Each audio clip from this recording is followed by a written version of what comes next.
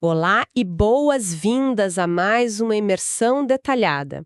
Hoje a nossa investigação vai entrar num território que, mais cedo ou mais tarde, acaba afetando todo mundo. Com certeza. A nossa base para a conversa de hoje é um texto clínico fascinante chamado Manejo do Estresse Auxiliado por Clínicos. E é um documento que vai direto ao ponto sobre o que a ciência e a medicina têm a oferecer de mais concreto quando o assunto é dominar aquela pressão do dia a dia. E o contexto aqui é fundamental para a gente começar. A grande missão dessa nossa análise é responder a uma pergunta muito prática, mas crucial.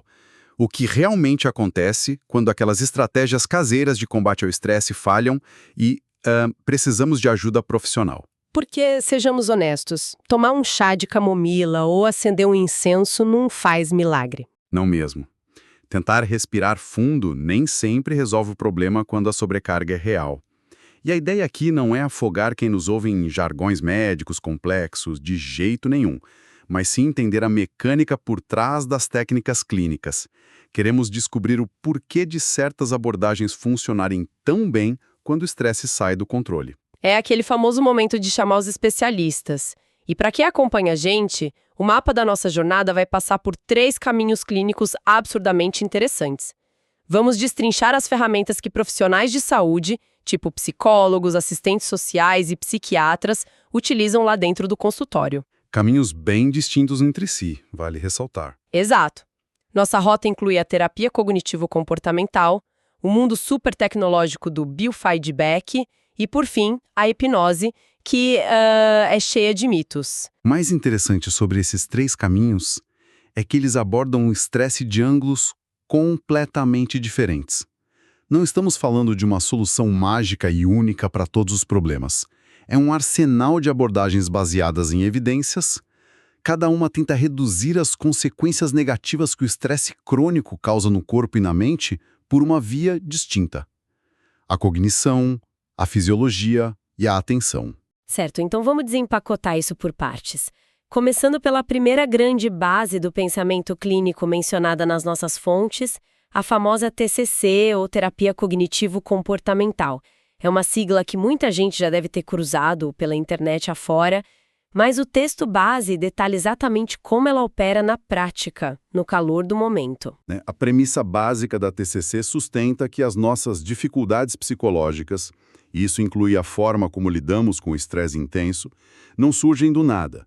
Elas vêm de maneiras ineficazes ou até prejudiciais de pensar e agir que foram sendo aprendidas e reforçadas ao longo da vida. O documento cita exemplos muito comuns que a gente vê no dia a dia, né? Sim, alguém pode ter aprendido a lidar com o estresse simplesmente evitando pensar no problema.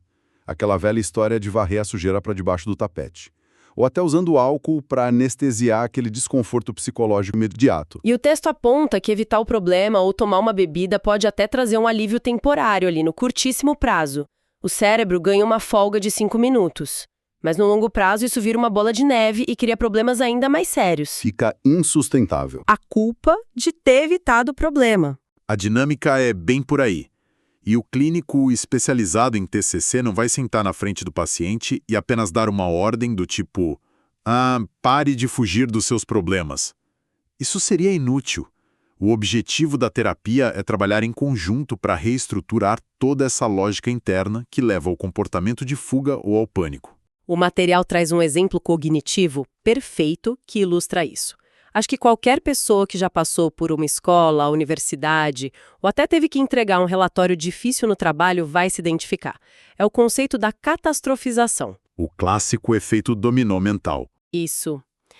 Imagina o cenário. Um estudante está sentado na frente do computador, encarando uma página em branco com muita dificuldade para escrever um trabalho acadêmico. Imediatamente, o cérebro dele entra em curto-circuito e a narrativa interna começa. Vou tirar 0 nesse trabalho. Como vou tirar 0, vou reprovar na matéria inteira. E aí a bola de neve rola. Exatamente. Se eu reprovar, minha reputação na faculdade vai ser arruinada, vou perder minha bolsa e, no fim das contas, vou ter que abandonar os estudos e minha vida acabou. É um verdadeiro sequestro emocional. E o que o texto destaca de forma muito perspicaz é que, para quem está de fora, olhando a situação friamente, isso parece um exagero quase cômico. É claro que um único trabalho ruim no meio de um semestre não vai forçar alguém a abandonar a escola ou arruinar uma vida inteira. Mas na cabeça da pessoa, Para o estudante que está vivenciando aquele pico de cortisol e adrenalina, essa lógica torta faz todo o sentido do mundo. A emoção simplesmente sequestra a capacidade de racionalização. mas aí entra a minha dúvida. Quando a pessoa está nesse furacão mental, com o cérebro em modo de pânico absoluto, como o clínico consegue simplesmente desarmar essa bomba relógio? Porque não basta dizer calma, não é bem assim. De forma alguma. Pedir calma para alguém em pânico geralmente tem o efeito oposto. Irrita ainda mais. A abordagem da TCC envolve questionar ativamente e metodicamente a racionalidade desses pensamentos, por meio do que chamamos de questionamento socrático. O profissional vai guiar o estudante a atuar como um detetive de sua própria mente. Ele faz perguntas diretas? Isso, ele vai perguntar coisas como: quais são as evidências reais de que um trabalho ruim resulta em expulsão? Ou qual é a chance estatística de falhar na matéria inteira por causa desse único texto? Ao forçar o cérebro a buscar dados reais em vez de projeções catastróficas, a TCC substitui aquele pânico paralisante por pensamentos adaptativos. A narrativa interna muda. Exato. Muda para: vou tentar fazer o meu melhor com o tempo que tenho, ou se está muito difícil, é natural pedir ajuda do professor. É uma verdadeira mudança de marcha no cérebro. Mas a TCC não é só sobre o pensamento, a parte cognitiva. Tem a engrenagem comportamental também. O documento nos dá outro exemplo muito prático, focado na fuga.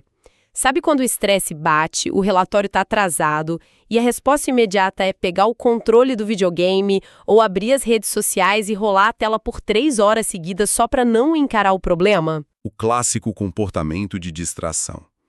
E o grande problema desse comportamento de fuga é que ele retroalimenta o ciclo de estresse. Enquanto a pessoa joga videogame ou navega na internet, o alarme interno continua tocando lá no fundo, porque o cérebro sabe que a obrigação está acumulando. Fica aquela ansiedade de fundo o tempo todo. Sim, e a solução clínica delineada nas fontes para esse caso é incrivelmente pragmática e baseada em construção de hábitos. Mas sendo um pouco advogada do diabo aqui, na prática, quando o cérebro da pessoa está fritando de ansiedade, ela realmente consegue parar, largar o celular e começar a trabalhar? A transição não é brusca demais? Essa é a beleza da técnica estruturada. O terapeuta não vai exigir que o estudante largue o videogame e escreva 10 páginas de uma vez. Isso causaria ainda mais pânico. Em vez disso, o clínico cria um plano de ação fracionado, quase como degraus muito baixos de uma escada. A instrução pode ser: criar uma lista com tarefas ridiculamente simples. Tipo coisas quase óbvias. Exato. A primeira tarefa pode ser só abrir o documento no computador. A segunda pode ser escrever apenas o título do trabalho. O ato de completar uma tarefa minúscula e riscá-la da lista cria um pequeno pico de dopamina, um reforço positivo imediato. Aquela sensação boa de dever cumprido, por menor que seja. Isso. Aos poucos a pessoa retoma a sensação de agência, de controle. Se essa abordagem inicial funcionar, o terapeuta sobe o nível de exigência de forma muito gradual nas sessões seguintes. A lista pode passar a incluir a leitura de um artigo inteiro ou evoluir para blocos de tempo como o compromisso de focar no projeto, sem interrupções, por exatos 25 minutos. E o objetivo final é a autonomia, né? Perfeito. O objetivo final de todo esse processo na TCC é capacitar as pessoas para que elas mesmas, no futuro, consigam identificar sozinhas seus pensamentos irracionais e comportamentos autossabotadores, sem dependerem do terapeuta para sempre. E a grande pergunta que fica para quem nos acompanha é sobre a eficácia de tudo isso no mundo real.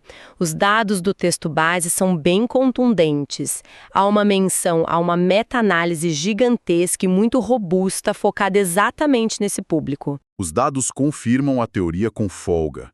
Essa grande análise avaliou dezenas de estudos rigorosos focados em intervenções de redução de estresse que foram desenhadas especificamente para estudantes universitários e pesquisadores de pós-graduação, que é um público notoriamente submetido a altas pressões contínuas. Sem dúvida. E a conclusão, ao cruzar todos os resultados, foi muito clara. A terapia cognitivo-comportamental se mantém no topo como um dos métodos mais altamente eficazes para alcançar uma redução significativa e duradoura do estresse. Fica provado que reestruturar a forma de pensar tem um poder clínico enorme. Mas e quando o problema não é apenas a narrativa que criamos na cabeça, mas o que o nosso próprio corpo está escondendo de nós? Isso nos leva perfeitamente à segunda abordagem clínica da nossa exploração de hoje. Um método que traz aparelhos, biologia e tecnologia para dentro da sala de terapia, o biofeedback. Uma virada de chave completa em relação à TCC. Total. E logo de cara, o texto aponta um paradoxo que é um verdadeiro ponto cego do estresse. Acontece que muitas pessoas não fazem a menor ideia de que estão estressadas até que o corpo entra em colapso. Esse ponto cego é um dos maiores desafios clínicos atuais. Pense bem, se não há clareza sobre o nível de estresse interno, se a percepção corporal da pessoa está anestesiada, como é possível saber se uma técnica de relaxamento está de fato funcionando? É quase um tiro no escuro. Exatamente.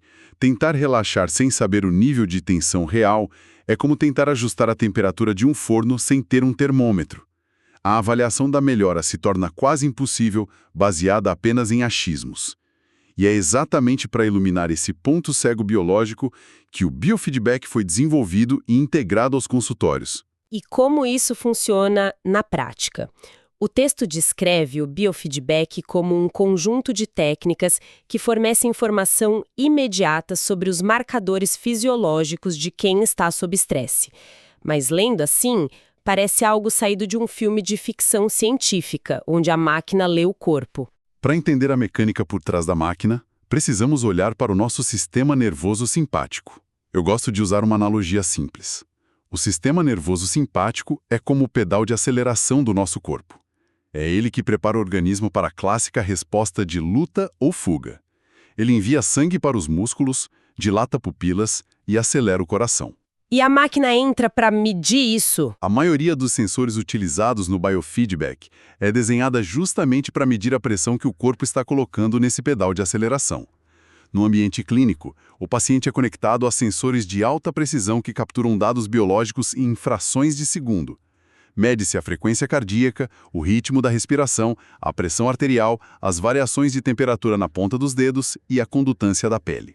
Olha, esse detalhe da condutância da pele me chamou muita atenção na leitura. O material base até descreve a imagem de um atendimento clínico real com isso. O paciente fica com pequenos eletrodos presos nos dedos. O que esses eletrodos fazem é medir as microalterações na quantidade de suor nas mãos. Quando o cérebro percebe uma ameaça, mesmo que seja inconsciente, as glândulas sudoríparas reagem quase instantaneamente. É como se a máquina estivesse lendo aquilo que a pessoa tenta esconder ou que nem percebe que está sentindo. Imagina a cena, a pessoa está na cadeira, conectada aos cabos, olhando para um monitor de computador. Os dados numéricos brutos não aparecem como linhas de código indecifráveis. Eles são traduzidos em coisas amigáveis, gráficos coloridos, subindo e descendo, animações, luzes e sons. Tudo isso refletindo o nível de ativação do corpo naquele exato milissegundo. A intervenção clínica ganha muito a força justamente nessa dinâmica em tempo real, porque o pulo do gato não é apenas medir e mostrar o estresse, mas o que o terapeuta e o paciente fazem com essa informação na tela. O biofeedback não cura nada sozinho, ele é um instrumento de navegação. Ele mostra o caminho. Exato. O clínico vai ensinar técnicas de relaxamento ativas, como exercícios específicos de respiração profunda ou relaxamento muscular progressivo. E enquanto o paciente executa a técnica, ele mantém os olhos no monitor. Ou seja, o feedback visual e auditivo é totalmente instantâneo. Se a pessoa muda a forma de puxar o ar, se ela solta os ombros conscientemente, ela vê imediatamente o gráfico da frequência cardíaca caindo, a animação na tela mudando de cor, o suor na mão reduzindo lá no medidor. As pesquisas clínicas mais recentes que constam no documento mostram que é essa combinação específica que faz a diferença. O feedback imediato, acoplado às intervenções de manejo, permite o sucesso da terapia. O paciente não precisa mais adivinhar se está relaxando direito. Ele vê a prova ali na tela. Ele testa diferentes ritmos de respiração e descobre o que funciona melhor para a sua própria fisiologia. Ele vai ajustando a abordagem até a tela mostrar que o sistema nervoso finalmente tirou o pé do acelerador. Fascinante. Agora, trazendo isso para o nosso cenário atual, para a nossa realidade fora do consultório. Hoje em dia, a tecnologia vestível explodiu. Quase todo mundo tem um relógio inteligente no pulso contando passos e batimentos ou usa aqueles anéis que medem a qualidade do sono. No fundo, a tela do relógio mostrando os batimentos não deixa de ser uma forma de biofeedback, certo? O documento aborda de frente essa questão dos dispositivos comerciais e aplicativos de saúde mental? Aborda, sim, e faz isso levantando alertas cruciais. A evolução da tecnologia é inegável e democratizou muito o acesso a dados de saúde. Um bom relógio inteligente consegue dar um panorama sobre picos de ritmo cardíaco durante o dia e até guiar exercícios básicos de atenção plena. No entanto, a literatura científica levanta um ponto de reflexão prático. A grande ressalva recai sobre a transferência total de responsabilidade. Como assim, transferência de responsabilidade?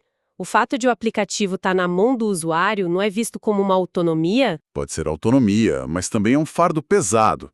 Quando o cuidado é mediado apenas por um aplicativo comercial, a responsabilidade de executar perfeitamente o exercício de respiração e, mais importante, de interpretar aquele mar de gráficos diários cai inteiramente sobre os ombros do próprio usuário. E a maioria de nós não sabe ler isso direito. O usuário comum não é um fisiologista ou um psicólogo. Se os números não melhoram, a pessoa pode se frustrar profundamente e abandonar a técnica. Além disso, as pesquisas sublinham que grande parte dessas tecnologias de prateleira não passou pelos testes rigorosos de validade e calibração aos quais os caros instrumentos de laboratório são submetidos. E o material mantém uma visão muito imparcial sobre isso, mostrando os dois lados. Fica claro que a ciência não diz que os aplicativos são inúteis. Longe disso, eles são excelentes portas de entrada para a consciência corporal. Mas a lógica por trás do cuidado clínico é muito clara. Se esse biofeedback de bolso não está resolvendo, se a ansiedade continua alta, o caminho não é decretar que técnicas de relaxamento não funcionam para aquele caso, mas sim buscar a sessão de biofeedback de grau clínico. Com um especialista humano para guiar o processo e instrumentos que não falham na medição. A eficácia clínica dessa técnica, quando bem aplicada, é muito bem documentada. Os levantamentos indicam que, para a gestão geral do estresse diário, os benefícios costumam ser consistentes, embora modestos. Mas tem áreas onde os resultados são enormes. Sim. Onde o biofeedback realmente brilha e entrega resultados excelentes é no tratamento de condições mais complexas que costumam acompanhar o estresse intenso.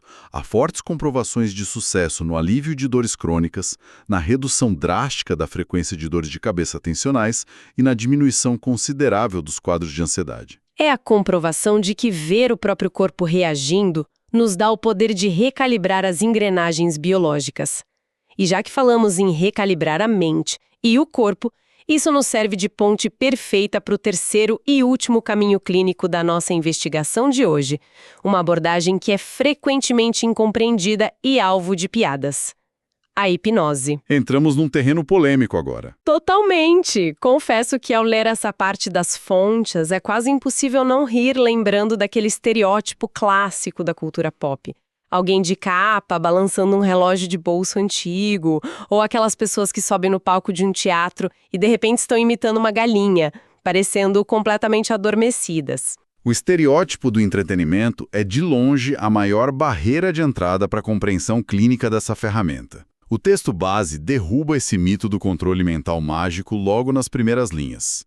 A hipnose terapêutica não é um truque, Não envolve lavagem cerebral e definitivamente não é um estado de inconsciência, fraqueza ou sono profundo. É paradoxalmente o extremo oposto. Como assim o extremo oposto? O que ocorre é um estado de atenção hiperfocada e altíssima consciência receptiva. Mas visualmente a pessoa no consultório muitas vezes está de olhos fechados, com os músculos relaxados, parecendo quase desligada do ambiente. Onde entra esse hiperfoco? A aparência física é de relaxamento, mas a atividade mental está a todo vapor. Pense no conceito de absorção profunda. Sabe quando alguém está lendo um livro incrivelmente bom ou assistindo a um filme envolvente e a pessoa simplesmente deixa de ouvir o barulho da rua ou a pessoa chamando na sala ao lado? Sim, a pessoa desliga do entorno. A atenção dela está totalmente afunilada para a narrativa. Na clínica, o terapeuta treinado usa técnicas verbais, focando na respiração e em imagens mentais, para induzir esse estado de absorção intensa de forma proposital. E o que o paciente realmente vivencia por dentro nesse estado? Fisicamente, uma tranquilidade imensa, mas, mentalmente, aquele ruído periférico desaparece. Nesse estado de hiperfoco, a pessoa se torna temporariamente altamente sugestionável. E aqui vale o aviso, sugestionável não significa fazer algo contra a vontade, mas sim estar extremamente aberto a aceitar novas ideias e perspectivas. É uma brecha de receptividade. Isso, é uma janela de oportunidade, onde o clínico pode contornar as defesas críticas normais do paciente e introduzir sugestões direcionadas para criar mudanças reais na forma como a pessoa percebe a dor, processa emoções ou lida com padrões comportamentais rígidos. É fascinante entender a mecânica por trás disso. Mas, como sempre na ciência, precisamos olhar para as evidências concretas.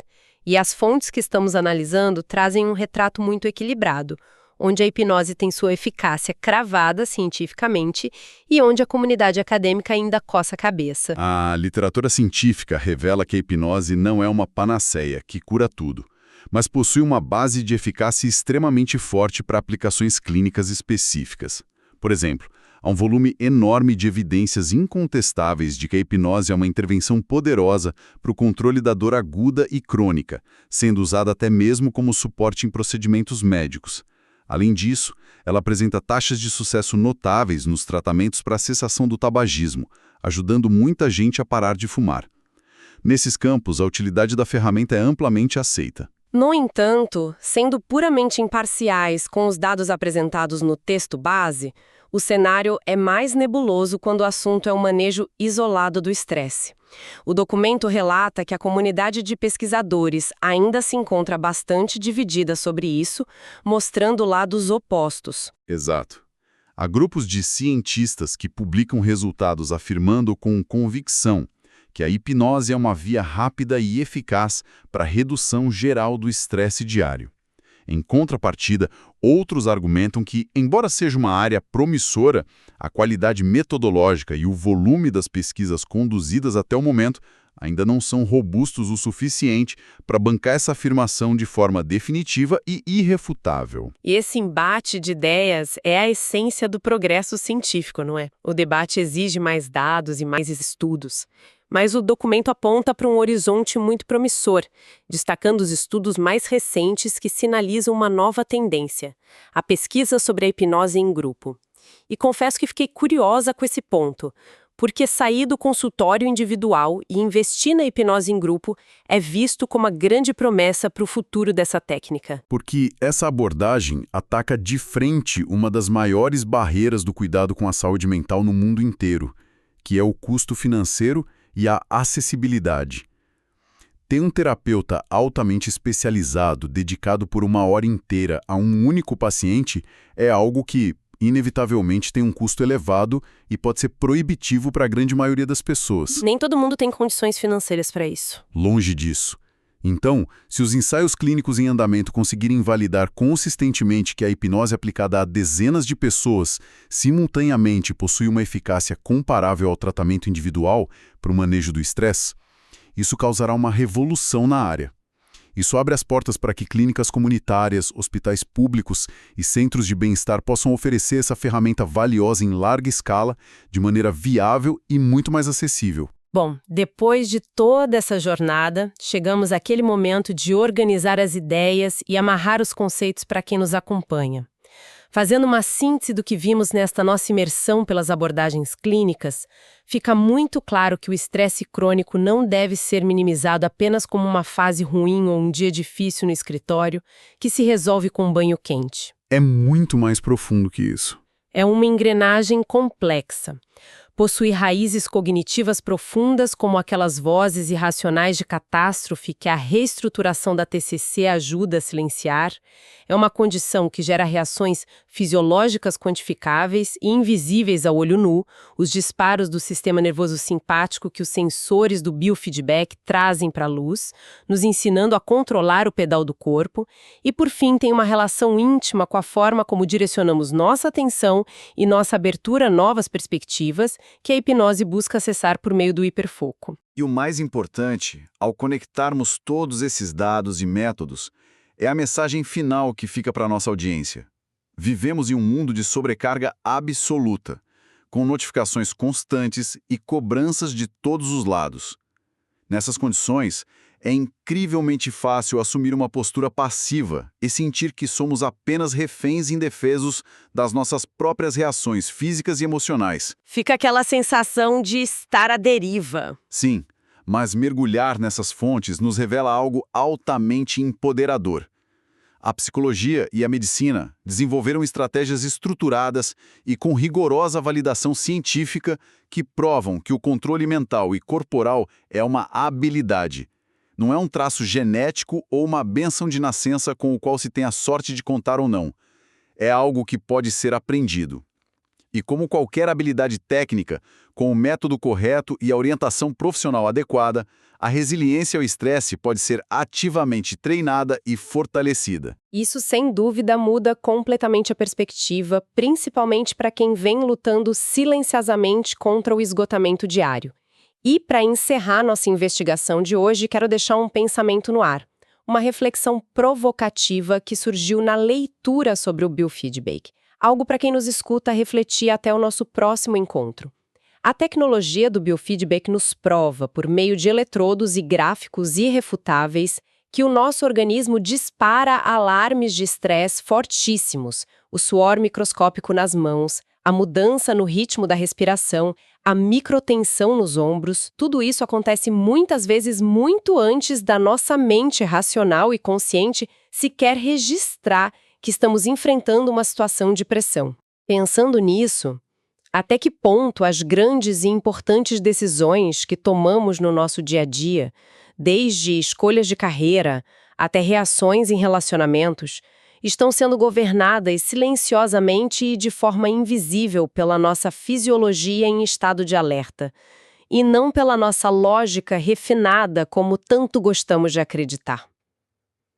Fica a reflexão para nós. Agradecemos imensamente a companhia de todos nesta exploração. Até a próxima investigação.